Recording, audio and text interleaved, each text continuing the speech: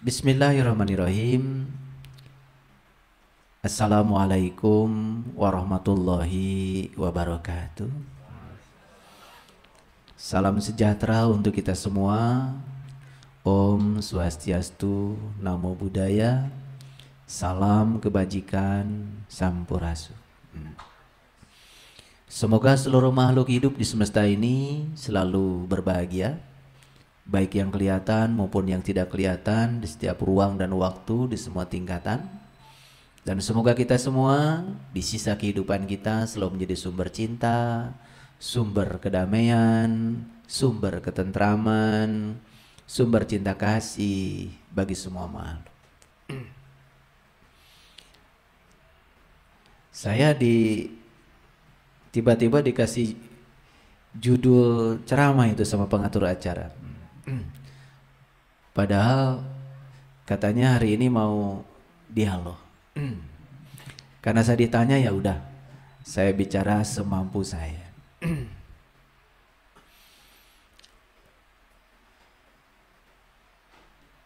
Sumber kebaikan itu namanya adalah pengetahuan. Sedangkan sumber kejahatan itu namanya kebodohan.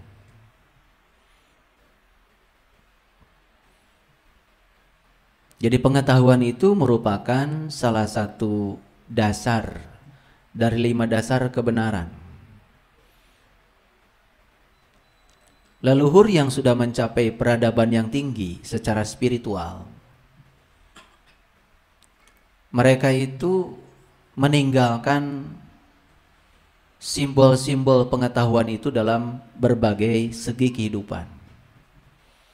Karena cinta kasihnya yang sangat luar biasa kepada generasi berikutnya, maka leluhur kita itu memahatkan, memonumentalkan pengetahuan-pengetahuan dasar itu dalam simbol-simbol yang hanya bisa dibaca oleh mereka yang memiliki kecerdasan. Siapapun yang memiliki kecerdasan yang melampaui pikiran, maka melihat simbol-simbol yang diwariskan sebagai budaya oleh leluhur itu bisa menangkap pesannya. Jadi kalau kita pergi ke tempat rekreasi, kita hanya foto dan makan-makan, itu tidak rekreasi. Karena rekreasi itu dari bahasa Inggris, recreation. Jadi recreation itu artinya mencipta ulang. Nah, untuk bisa mencipta ulang, kita harus mendapatkan yang namanya inspirasi. Jadi sebenarnya leluhur kita itu membangun peradaban lewat simbol-simbol, salah satunya adalah candi, bukan sekedar warisan budaya.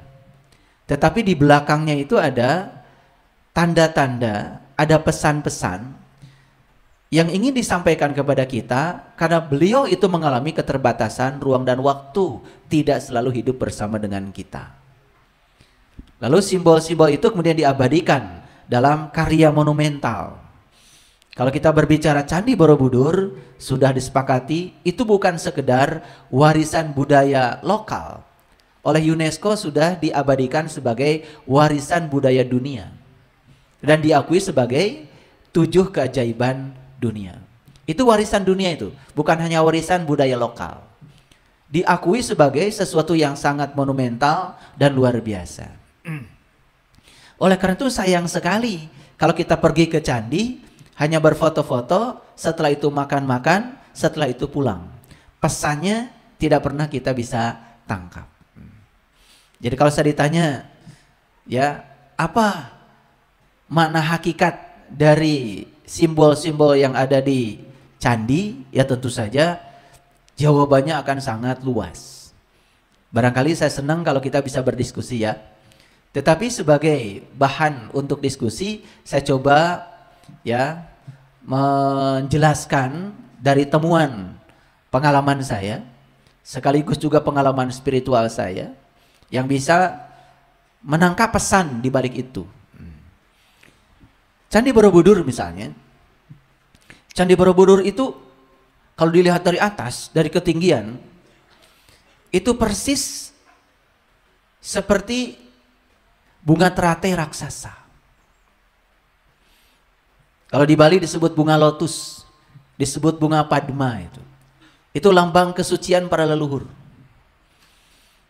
Dan secara saintifik bisa dijelaskan. Bunga teratai, bunga padma, itu kan bunga yang hidup di tiga dimensi kehidupan.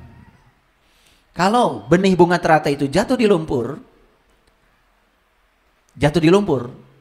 itu akan hidup.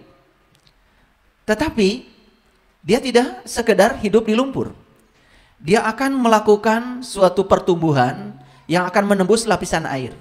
Yang puncaknya bisa memasuki kekosongan yang namanya udara. Jadi bunga teratai itu hidup di tiga dimensi. Dimensi yang paling dasar itu adalah lumpur. Dimensi kedua adalah air. Dimensi yang ketiga adalah udara atau kekosongan. Luar biasa ya. Nah, seharusnya ya setiap kita itu dalam proses menjalani kehidupan itu harus seperti bunga teratai. Ya, di mana kita jatuh, benih kita jatuh, terimalah itu sebagai bagian dari yang terbaik dari semesta buat kita. Yang paling penting bukan di mana kita jatuh, tapi yang paling penting setelah jatuh kita tumbuh. Dan bukan segera tumbuh di tempat itu, kita harus melewati ya dimensi-dimensi pertumbuhan yang lain. Yang puncaknya adalah mencapai kekosongan. Dan bunga teratai yang paling indah adalah bunga teratai itu semakin kotor tempat tumbuhnya, malah semakin indah dan bersih bunganya. Kan itu melambangkan sebuah pencapaian. Bagaimana kita bisa tetap manis di tempat yang pahit, bagaimana kita bisa tetap dingin di tempat yang panas, bagaimana kita tetap hening di tempat yang ramai, itu yang kemudian dilambangkan dengan bunga teratai. Makanya bunga teratai itu adalah lambang dari pencapaian spiritual manusia-manusia yang sudah mencapai keheningan batin. Makanya kalau dilihat dari atas, dari ketinggian, ya Candi Borobudur itu ya melambangkan bunga teratai raksasa. Nah, kalau kita lihat dari dekat, ya Candi Borobudur itu kan ya ada tiga tingkatan itu, ya. Tingkatan yang paling bawah yang disebut dengan Kamadhatu. Tingkatan yang kedua disebut dengan alam antara, itu yang disebut dengan Rupadatu. Tingkatan yang paling tinggi itu yang disebut dengan ya Arupadatu. Candi Borobudur itu lantainya saja ada 10.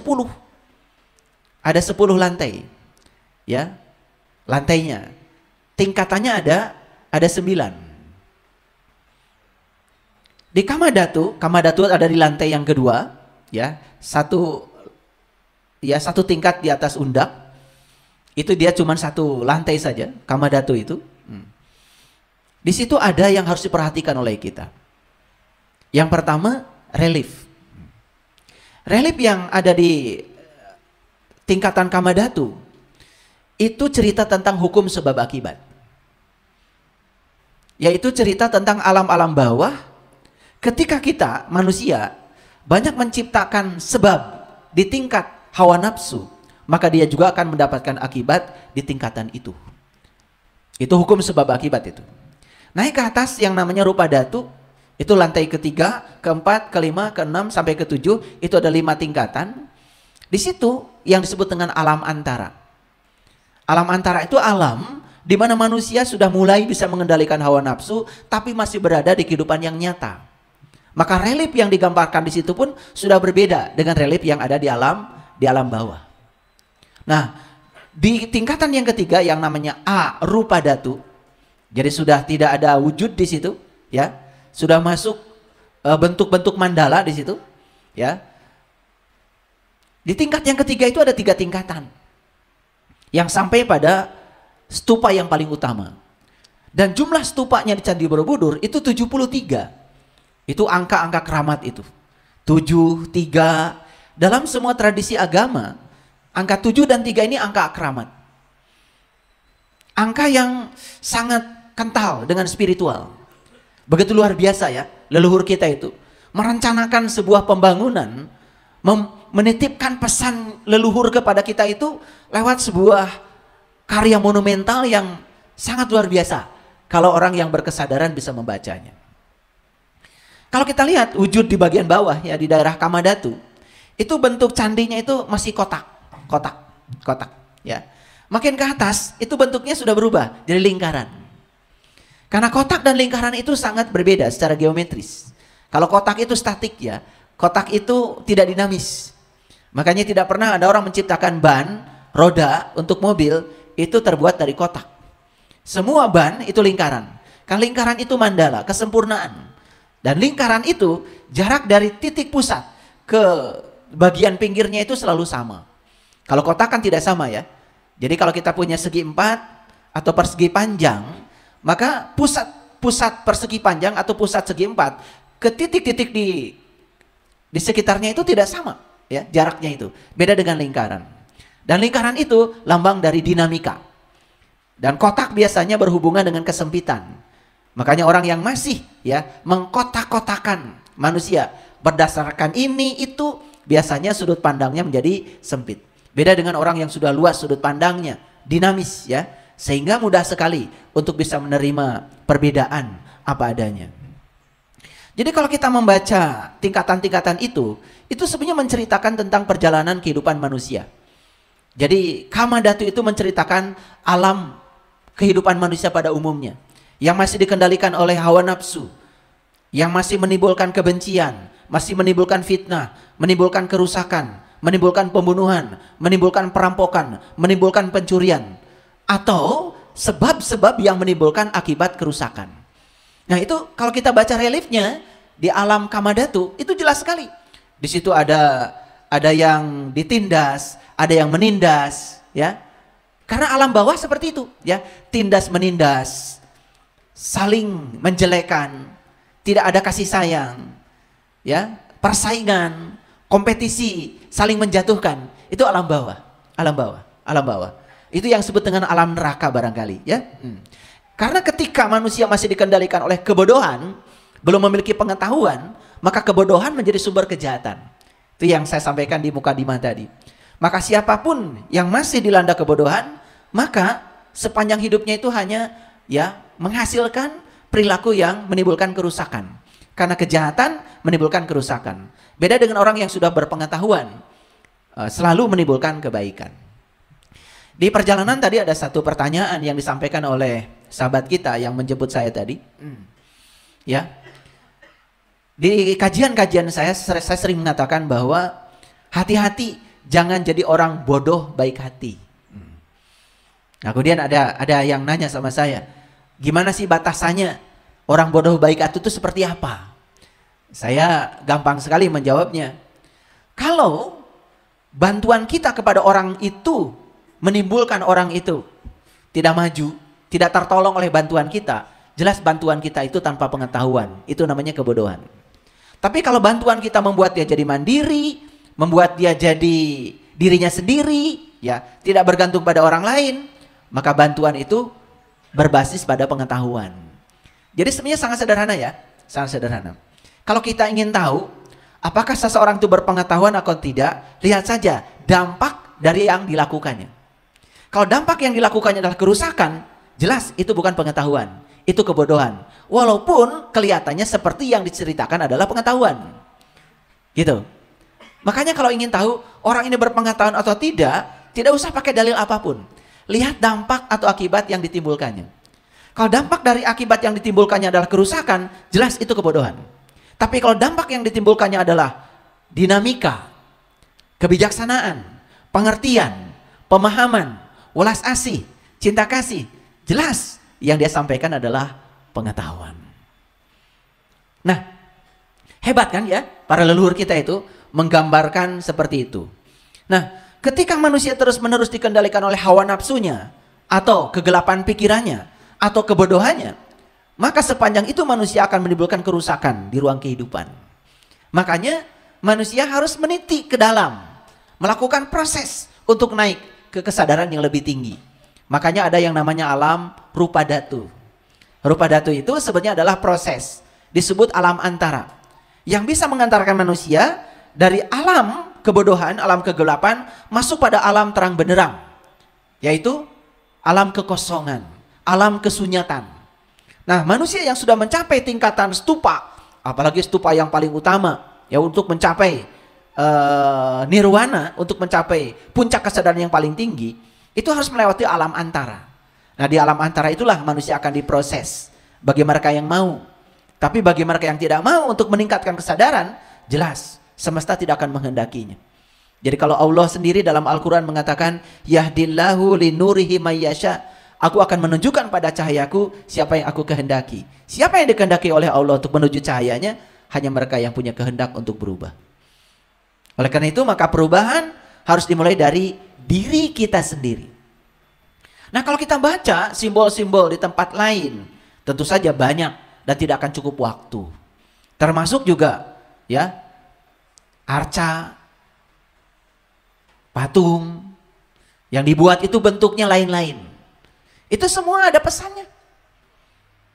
Dan kalau kita membaca apa yang di Candi Borobudur, di Candi Boko, di Candi Prambanan, di Candi Hijau, di candi-candi yang lain, Candi Mendut, Candi Pawon, itu pesan-pesannya itu lain-lain.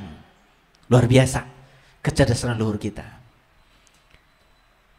Dan kenapa UNESCO ya kemudian menetapkan Candi Borobudur sebagai keajaiban dunia, bukan sebagai warisan lokal, dianggap sebagai warisan dunia. Kenapa? Karena pesan yang ada di sana yang luar biasa. Sayang sekali kalau kita pewaris dari budaya ini kemudian tidak bisa menangkap pesan dari leluhur kita yang sangat luar biasa itu. Oleh karena itu, saya senang sekali kalau saya ditanya supaya acara kita lebih banyak diskusinya. Barangkali itu perlu dari saya. Terima kasih.